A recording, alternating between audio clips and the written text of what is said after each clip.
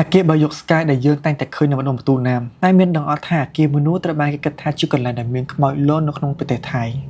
សន្តាគារបើយកស្កាយគឺជាអាគារមួយដែលមានកម្ពស់ប្រមាណ309ម៉ែត្រនិងមាន88ជាន់នៅក្នុងទីក្រុងបាងកកអាគារមួយនេះស្ថិតចំកន្លែងមមាញឹកខ្លាំងរបស់ទីក្រុងបូករួមជាមួយនឹងការមើលឃើញទេសភាពក្នុងក្រុងហើយនេះហើយទើបសន្តាគារមួយនេះតែងតែសម្បូរភ្ញៀវទេសចរមកស្នាក់នៅមិនដែលខានទោះបីជាសន្តាគារមួយនេះស្ថិតនៅចំតំបន់សំខាន់និងមានអ្នកមកស្នាក់នៅច្រើនបែបណាក៏ដោយ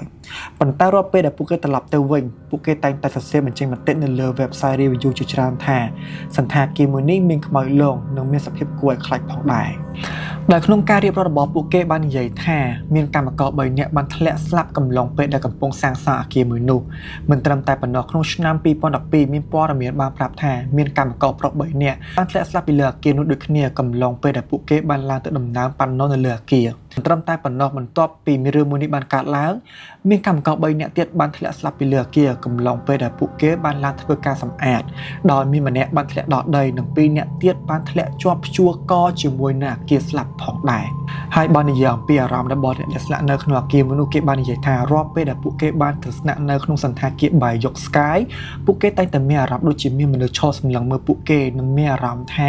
មានមនុស្សដើរតាមពួកគេជានិច្ចហើយក្នុងសភាពបន្ទប់គឺមានសភាពគួរឲ្យខ្លាចជាខ្លាំងដែលហេតុនេះហើយធ្វើឲ្យពួកគេគិតថានៅក្នុងសន្តាគារបាយយក Sky ពិតជាមានខ្មោចលងផងដែរចុះអ្នកទាំងអស់គ្នាដែលធ្លាប់ទៅស្នាក់នៅក្នុងសន្តាគារបាយយក Sky មានអារម្មណ៍បែបណានៅពេលបានទៅស្នាក់នៅទីនោះ